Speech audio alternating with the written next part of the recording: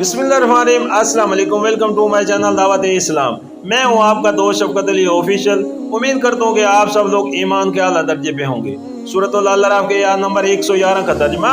फिर उन सब ने फिरौन को मशवरा दिया कि इसे और इसके भाई को इंतजार में रख और तमाम शहरों में हर कार्य भेज दे। सूरतुल अल-अराफ के आयत नंबर 112 का तर्जुमा कि हर मेरे फन जादूगर को आपके पास ले आए।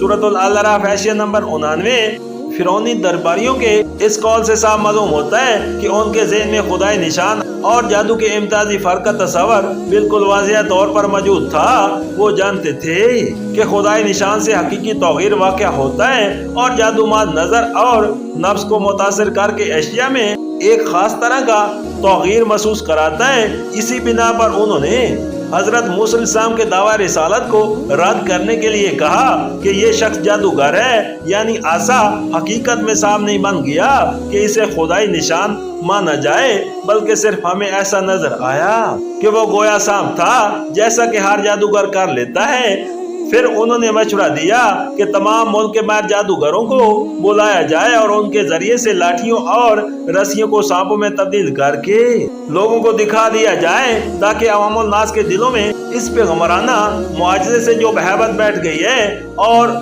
वो अगर बिलकलैया दूर ना हो तो कम अज कम शाखी में तब्दील हो जाए। सूरतुल अल-अराफ के आयत नंबर 113 का तर्जुमा। चुनाचे जादूगर फिरौन के पास आ गए। उन्होंने कहा, अगर हम गालिब रहे तो हमें इसका सिला तो जरूर मिलेगा। सूरतुल अल-अराफ के आयत नंबर 114 का तर्जुमा।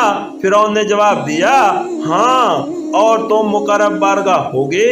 सूरतुल अल-अराफ की आयत नंबर 115 का तर्जुमा। फिर उन्होंने मूसा से कहा, तुम फेंकते हो या हम फेंकें? मूसा ने जवाब दिया, तुम ही फेंको। सूरतुल अल-अराफ की आयत नंबर 116 का तर्जुमा। उन्होंने जो अपने आंचल फेंके तो निगाहों को मसूर और दिलों को खौफजुदा कर दिया और बड़ा ही जबरदस्त जादूगर बना लाए।